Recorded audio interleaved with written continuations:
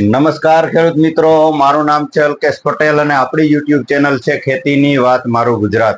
આપણી દુકાનનું નામ છે મિત્રો Hindustan agro seeds Kalavad, proper Kalavad તાલુકો કાલાવડ જિલ્લો જામનગર. મિત્રો આજે તારીખ થઈ છે 28/9/2024.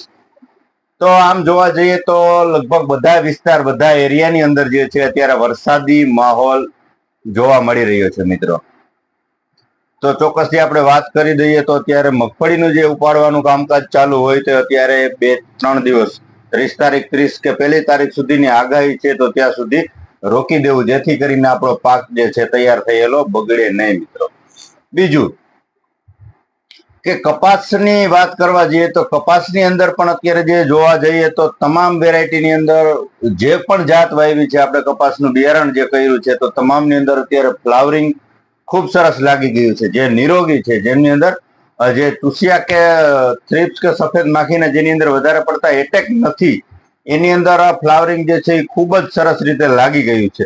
તો હવે એમાં આગળની ટ્રીટમેન્ટ, આગળની સારવાર શું કરશો એના વિશે આજે આપણે ચોક્કસથી માહિતી આપશું મિત્રો. તો આમ જોવા જઈએ તો આગાહીના જે દિવસો છે 30 તારીખ સુધી કે 1 તારીખ સુધી તો તમારે અત્યારે કોઈ છંટકાવ કે કોઈ વસ્તુ કરવાની નથી. પરિસ્થિતિ જોઈ અને ત્યારબાદ જ રાઉન્ડ મારવો, કેમ કે આ વરસાદી વાતાવરણ છે, તમે અત્યારે છંટકાવ કરશો ધોવાઈ જશે, અથવા વધુ પડતો વરસાદ આવશે તો તમારું જે ફ્લાવરિંગ છે એ ખરી જશે. જેથી કરીને આજે આનું જે રાઉન્ડ જે છે પૂર્ણ થયા બાદ જ આપણે નક્કી કરી શકશું કે હવે એની અંદર આપણે કઈ રીતે છંટકાવ કરવો, કઈ વસ્તુની જરૂરિયાત છે, શું રોગ જીવાત છે, આના અનુરૂપ આપણે છંટકાવ કરવાનો છે. આડેધડ દવાનો છંટકાવ કરી અને જે આપણે એનો શું કહેવાય રૂટીન સમય આવી ગયો છે કે ભાઈ 12 દિવસ કે 15 દિવસ થઈ ગયા છે, હવે એક દવા કોઈ પણ છાંટી દઈએ, આવું કરવાની જરૂર નથી. પરિસ્થિતિ જોઈ અને જે છે એ છંટકાવ કરવાનો રહેશે મિત્રો. તો રોગ જીવાત ખૂબ ઓછી થઈ ગઈ છે, છતાં પણ જે લોકોને હજી રોગ જીવાતમાંથી મુક્ત ન થયા હોય તો એના માટે હું ચોક્કસથી માહિતી આપી દઉં. પણ જે લોકોને જે એરિયાની અંદર જે વેરાયટીની અંદર લાગુ પડતો હોય એ જ દવાનો છંટકાવ કરવાનો છે. હું માહિતી આપું બધી દવા વાપરવાની નથી. આપણા પાકની અંદર આપણા ખેતરમાં શું રોગ છે એના અનુરૂપ જ આપણે જે છે એ છંટકાવ કરવાનો રહેશે મિત્રો.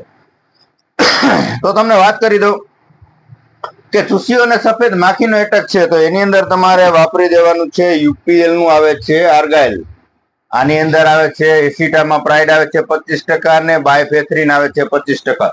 ચૂસિયા અને સફેદ માખી મોલો બેસ્ટ, સારામાં સારું રિઝલ્ટ આવશે. એક પંપે 10 ગ્રામનો ડોઝ છે, યુપીએલ નું આવે છે આર્ગાઇલ. રિઝલ્ટ ખૂબ સારા છે, એક પંપે 10 ગ્રામ નાખી અને તમે છંટકાવ કરી શકો છો. ચૂસીઓ અને સફેદ માખીમાં સંપૂર્ણ સારું રિઝલ્ટ આપી શકશે તમને. તો ત્યારબાદ તમને વાત કરું તો બીજું જે છે એ આપણે ઘરડા કેમિકલ નો આવે છે પોલિશ, આની અંદર ઇમિડા આવે છે 40% અને ફિપ્રોનિલ આવે છે 40%. ચૂસીઓ અને થ્રિપ્સ, જેને ચૂસીઓ અને થ્રિપ્સ નો વધારે હેવી એટેક છે એમને આ વસ્તુ પંપે 8 થી 10 ગ્રામ વાપરવાનું છે. પણ જેને વધારે પડતો એટેક છે એના માટે, બધાને આ લાગુ પડતું નથી મિત્રો. ત્યારબાદ તમને વાત કરી દો કે આપણે ટોલફેન પાયરાઇટ છે, કોઈ પણ કંપનીનું તમારે ટોલફેન પાયરાઇટ લઈ લેવાનું છે. પંપે 40 ml નાખી અને ચૂસિયા પ્રકારની તમામ જીવાતમાં કામ કરે. ચૂસિયો છે, થ્રિપ્સ છે, સફેદ માખી છે અને ઈયળ છે, ઈયળના પુદા છે, ઈંડા છે, એમાં બધામાં વસ્તુ કામ કરે છે. આની સાથે તમારે જે છે સિગ્માનું જે ઢાલ આવે છે કડવી દવા, આનો છંટકાવ કરી દેવાનો. કોઈ પણ કંપનીનું ટોલફેન પાયરાઇટ સારી કંપનીનું અને સાથે સિગ્માનું ઢાલ, આનો છંટકાવ કરવાથી જે છે તમને 15 કે 20 દિવસ સુધીનું સારું રિઝલ્ટ તમને ચોક્કસથી મળશે. પણ આ બધા નોર્મલ જે રાબેતા મુજબ છંટકાવ કરતા હોય, રાબેતા મુજબ જે એટેક છે એની અંદર તમને વાત કરું છું. એવી થ્રિપ્સ આવી ગઈ છે, એવી સફેદ માખી આવી ગઈ છે, તો મેં તમને જે વાત કરી એ મુજબ તમારે છંટકાવ કરવાનો રહેશે. ત્યારબાદ જેને ખાલી થ્રિપ્સ અને કથીરી વધારે છે એ લોકોને સિજન્ટાનો ઇવિસેન્ટ આવે છે, આનો પણ છંટકાવ કરી લેવાનો.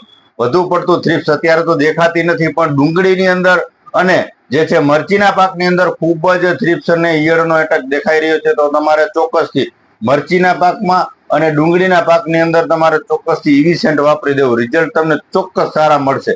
ઈયળમાં જે અત્યારે જે મરચું જે થાય છે એનો આકાર જે છે એ આમ ગોળ વણાઈ જતો હોય છે, ઈયળના કારણે જે મીંડી આકાર થઈ જતો હોય છે, તો એની અંદર સંપૂર્ણ સારા રિઝલ્ટ આપશે તમને. તમે ઇવિસેન્ટ સિજન્ટાનું વાપરી શકો છો. કપાસમાં થ્રિપ્સ અને ઈયળમાં કામ આપશે, મરચીની અંદર પણ જે છે અને ડુંગળીમાં થ્રિપ્સ ને ઈયળમાં સંપૂર્ણ સારા રિઝલ્ટ તમને મળી શકશે. ત્યારબાદ જે છે એ સિજન્ટાનો આવે છે સિમોડિસ, આનો છંટકાવ પણ હેવી એટેક હોય, હેવી થ્રિપ્સ હોય, કથીરી હોય તો જ કરવો કપાસની અંદર. મરચીના પાકમાં તમે વાપરી શકો છો, પણ કપાસની અંદર જરૂરિયાત લાગે તો જ વાપરો. મરચીના પાકમાં અને ડુંગળીના પાકમાં રિઝલ્ટ આનું ચોક્કસથી સારું મળતું હોય છે મિત્રો. તો આ પણ તમારે વાપરી દેવાનું. આના રિઝલ્ટ પણ તમને ચોક્કસથી સારા મળશે. વધારે એટેક હોય તો તમારે 20 ml થી લઈ અને 24 ml સુધી તમારે વાપરવાનું છે. નોર્મલ એટેક હોય તો એક પંપે 15 ml ના ડોઝ થી વાપરી દેવાનું છે મિત્રો. તો વાત થઈ આ બધી જે છે રોગ જીવાત માટેની. હવે એની અંદર તમારે જેને રોગ જીવાત નથી, નોર્મલ પરિસ્થિતિમાં આવી ગયા છે, ફ્લાવરિંગ પુષ્કળ લાગી ગયું છે, તો હવે ફ્લાવરિંગ ની દવાનો કોઈ રોલ નથી, જરૂર નથી. આપણે અગાઉ પણ વિડીયોમાં કહેતા આવ્યા છીએ કે ભાઈ કુદરતી રીતે ફાલ લાગશે, તમે થોડીક નિરાત રાખજો, રોગ મુક્ત કપાસ રાખજો. ફાલ તો તમારો કપાસની જાત જ એ પ્રકારની છે કે એની અંદર તમારે જે છે એ શિયાળાની કે આ જે મિક્સ ઋતુ થતી હોય સમયગાળામાં ફ્લાવરિંગ પુષ્કળ લાગતું જ હોય છે. અને એની વેલિડિટી કેપેસિટી જેટલી હોય છે કે ફ્લાવરિંગ તો કુદરતી રીતે લાગતું હોય છે. પણ આપણો અગત્યનો જે મુદ્દો હોય છે એ ફ્લાવરિંગ ખરે નહીં. એના માટે આપણે શું કરવું? તો કે જમીનમાં એને પોષણ પૂરું હોવું જોઈએ અને ઉપરથી જે છે છંટકાવની અંદર પણ પોષણ પૂરું મળતું રહે તો જે છે ફાલ ખરતો નથી. બાકી ફાલ લાગવાનું તો કુદરતીની પ્રક્રિયા જે છે ફાલ લાગશે જ. અત્યારે તમે કોઈ પણ વેરાયટી વાવેતર કર્યું છે તો ફાલ તમારે પુષ્કળ જોવા મળશે. અને ખેડૂત મિત્રો એ પણ ખાસ નોંધ લેવાની છે કે અત્યારે જેને પરિસ્થિતિ જોઈ અને આવતા વર્ષનું બિયારણ વાવેતરનું નક્કી કરી લેશે તો આવું કરવું નહીં, ચોક્કસ એની રાહ જોવી. તમે જે અત્યારે કોઈ પણ વેરાયટી વાવી છે અત્યારે પુષ્કળ ફાલ તમને જોવા મળશે. અત્યારે ઘણી બધી કંપનીઓ એવું બતાવશે કે જો અમારી વેરાયટીમાં આટલો ફાલ છે, આ વાવેતર આટલો ફાલ છે, આ 40 મણ ઉત્પાદન આવે એવી આની કેપેસિટી છે. આવું બધું વિડીયો મારફતે તમને અવનવી સ્કીમ જાહેરાત જોવા મળશે. પણ અત્યારે કોઈ પણ વેરાયટીનો પાક વાવેતર કર્યો છે કપાસમાં તો જે છે કુદરતી રીતે ફાલ સારા જ લાગ્યા છે. જોવાનું આપણે એ છે કે આપણા એરિયાની અંદર, આપણા વિસ્તારની અંદર, આપણા ગામની અંદર કે આપણા આજુબાજુના ખેતરની અંદર કઈ વેરાયટી આ ફાલમાંથી એની અંદર જીંડવામાં પરિવર્તિત થાય છે, ને જીંડવાની અંદર પરિવર્તન થયા બાદ જે છે એ કઈ વેરાયટી ટકી શકે છે, કઈ વેરાયટી લીલી રહી શકે છે, એ બાદ જ આપણે નક્કી કરવાનું છે કે આપણે કઈ જાતનું વાવેતર કરવું. મેં વાવેતર કર્યું છે, મારા ખેતરમાં કપાસ લીલો છે, તો એ વાવેતર તમારે કરવું જરૂરી નથી. કેમ કે તમારા એરિયામાં અલગ વસ્તુ છે, મારા એરિયામાં અલગ વસ્તુ છે. એટલે આપણા જે એરિયામાં જે વેરાયટી સારી થતી હોય અને જે લાંબા સમય સુધી ટકી શકતી હોય જમીનની અંદર, તો તમારે એ વેરાયટીનું ચોક્કસથી વાવેતર કરવું. તમારે એકબીજાનું જોઈ અને આ જે છે અલગ એરિયાનું તમારે લઈ અને તમે વાવેતર તમે અખતરા પૂરતું કરી શકો છો. બાકી લાંબા વિસ્તારની અંદર તમારે વાવેતર કરવું નહીં. આ એક નક્કી રાખવું મિત્રો. હવે તો આની અંદર તમારે જે છે ખાતર આપવું છે, મિક્સ માઇક્રોન્યુટ્રન આપવું હોય તો તમારે એફએમસી નું કેજબો અત્યારે આપી દેવાનું. આ પણ ફ્લાવરિંગ જેને ખરતું હોય, ડ્રોપિંગ થતું હોય અથવા જેને ફાલ લાગી જ ગયો છે એને અવશ્ય વાપરી દઉં. આનાથી જે છે કેલ્શિયમ મળી જશે. ચાપકા જે લાગતા હોય છે એની દાંડીઓ જે છે એકદમ મજબૂત બની જશે, જેથી કરીને તમારું જે ચાપવું જે છે ડ્રોપિંગ થવાની સમસ્યા બિલકુલ ઓછી થઈ જશે. એફએમસી નું કેજબો વાપરી શકો છો 35 થી 40 ના ડોઝ થી. ત્યારબાદ એરિસ નો આવે છે મરીનો, આ પણ તમે વાપરી શકો છો. આના રિઝલ્ટ તમને ખૂબ સારા મળશે. પંપે 40 ml નો ડોઝ છે. ત્યારબાદ સિજન્ટાનું જે આવે છે ક્વાન્ટિસ આવે છે, ક્વાન્ટિસ નો છંટકાવ કરી શકો છો. યુપીએલ નું મરીનો આવે છે. આ બધી અલગ અલગ માઇક્રોન્યુટ્રન વિથ વિટામિન જેની અંદર આવતા હોય બધી તમે સારા પોષક તત્વોનો છંટકાવ કરી શકો છો, જેથી કરીને જે છે તમારું ફ્લાવરિંગ ખરવાની જે સમસ્યા છે એ બિલકુલ ઓછી થઈ જશે. સાથે તમારે ફૂગનાશક એડ કરવું હોય તો તમે ટાટા કંપનીનું જે અયાન આવે છે, આપણે આની અગાઉ પણ ભલામણ કરી છે કે પંપે 15 ગ્રામથી ટાટાનું અયાન વાપરી દેવાનું. ખૂબ જ સારા પરિણામ મળશે. ટીકા ગેરુના રોગ અત્યારે વરસાદી વાતાવરણ છે એટલે તમારે ટપકા જે છે ચાપવાની અંદર લાલ ડાઘા થઈ જશે, પાનની અંદર લાલ ટપકા પડી જશે, તો ટીકા ગેરુમાં પણ સંપૂર્ણ રિઝલ્ટ મળશે. અને જે છે ફ્લાવરિંગ ખરતું હશે વાયરસના કારણે તો એમાં પણ તમારે જે ફૂગનાશક જે છે એ ખૂબ સારા રોલ આના થતા હોય છે. બીજું જે છે આ સ્વાલ કંપનીનું આવે છે એરિન, આના રિઝલ્ટ પણ તમને ચોક્કસથી સારા જોવા મળશે.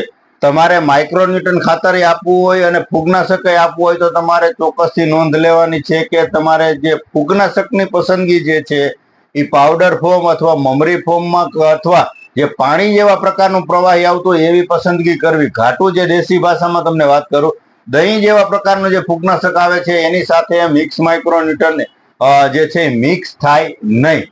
ડોઝ તમારો ફાટી જાય છે, રિઝલ્ટ બેમાંથી એક વસ્તુના મળશે નહીં. જેથી કરીને તમારે ફૂગનાશકની પસંદગી કા પાવડર ફોર્મમાં અથવા દાણાદાર મમરીમાં અથવા જે છે આછું પાણી જેવા પ્રકારનું પ્રવાહી આવતું હોય આની પસંદગી કરવી, તો જ એની સાથે માઇક્રોન્યુટ્રન ચાલશે.